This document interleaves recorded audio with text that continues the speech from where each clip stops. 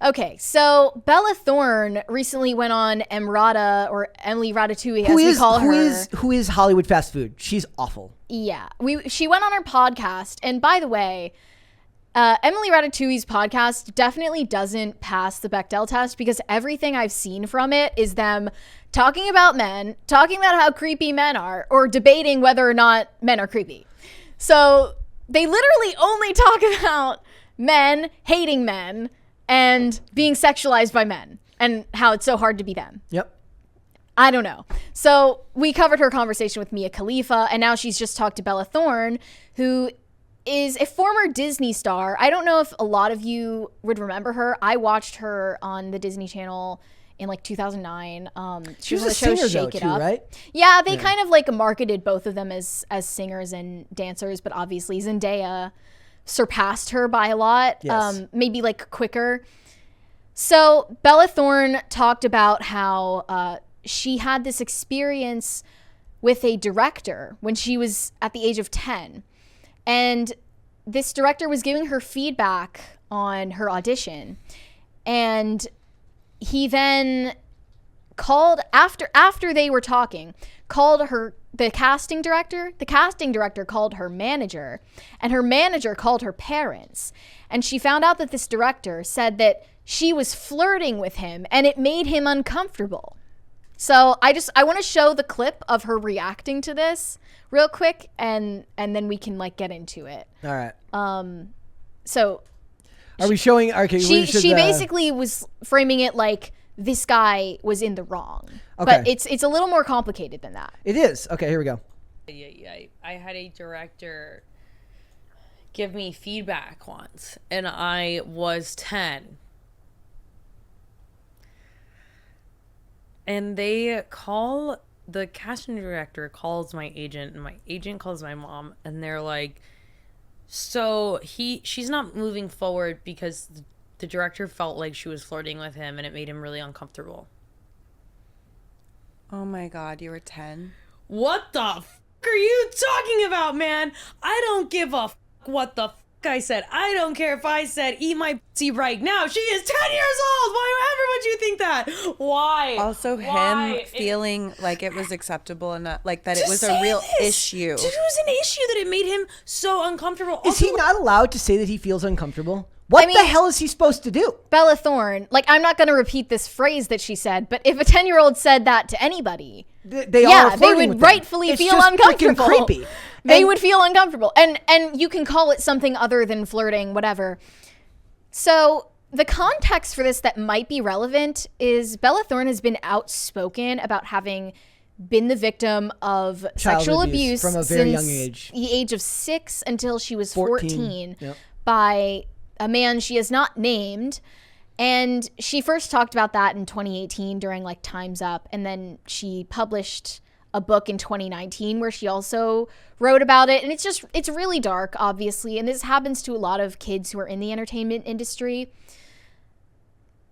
It's plausible that maybe she was interacting with an adult man in a way that was inappropriate, given that she was mistreated by someone like that in that very like egregious way for so long. She wouldn't know how to have an appropriate relationship with an adult after something like that happened to her. So maybe she did say things that made him uncomfortable. So what was he supposed to say? If he's not a creep, then he would be uncomfortable by that. So to tell her parents is the right move. However, because Hollywood is so shady and there are so many creeps, and I mean, we were just talking about this incident with Lily Allen where they wanted her to do an incest scene in Game of Thrones with her real life brother. Like, we know that Hollywood is shady, that they're weird, that they try to push weird sexual themes onto the public, and they don't reflect the culture in that way. We might have a situation on our hands where the director was being creepy and he was projecting onto her that she was being flirtatious. We really can't know for sure. In a world full of directors and creeps that are trying to hide their interactions with people while doing awful things, am I supposed to be mad at the guy who reported something as inappropriate? I don't know who's supposed to be the freaking bad guy here. It certainly sounds ambiguous.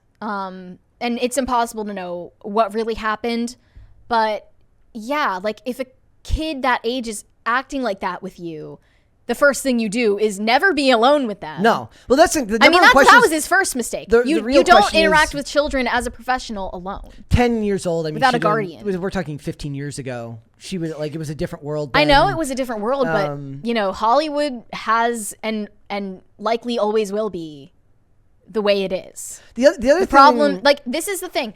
More clear boundaries do need to be enforced between minor actors and actresses and the adult professionals that they work with. And I think like that still hasn't even been properly enforced in Hollywood. yeah. That's like maybe there's a stigma more so, but in real life, are the kids being protected as well as they should be? I don't think so. So the second incident I wanted to mention, she talked about being 14 years old and she was pictured by a fan on a beach in a bikini. And this was spread throughout the media. A lot of people were horrified that she was pictured wearing something like that in public at her age. And she said that Disney considered firing her over this. They didn't, but they told her that she had to wear like a baggy shirt and like shorts if she went on the beach again. So they were like, I mean, that does seem like a bit of a morality clause, you know? Yeah. So they almost fired her over this scandal. Definitely wouldn't happen today. Like these days, there are kids younger than 14 on Instagram posting like things that are even crazier than that. So Before we go, I want to go back to the director thing and then we'll finish. We'll go through it. If the director had just said, she made me feel uncomfortable, she's not right for the part, is that a better response? Like, I don't see what he did wrong here. He reported the incident that it made him uncomfortable. He just said, he phrased it in a way that she found somewhat egregious. I don't get in a world where the directors and the producers and the actors are taking advantage of children. Am I supposed to be mad at the guy who decides to not go forward with someone with a child because he was made uncomfortable about it? Mm-hmm. Where were the parents? Why weren't the parents in the room? That's a problem. Like there's every level of manipulation and abuse is done to these children. And one person says that I don't want to be in the room with this because it made me uncomfortable. And he's the bad guy.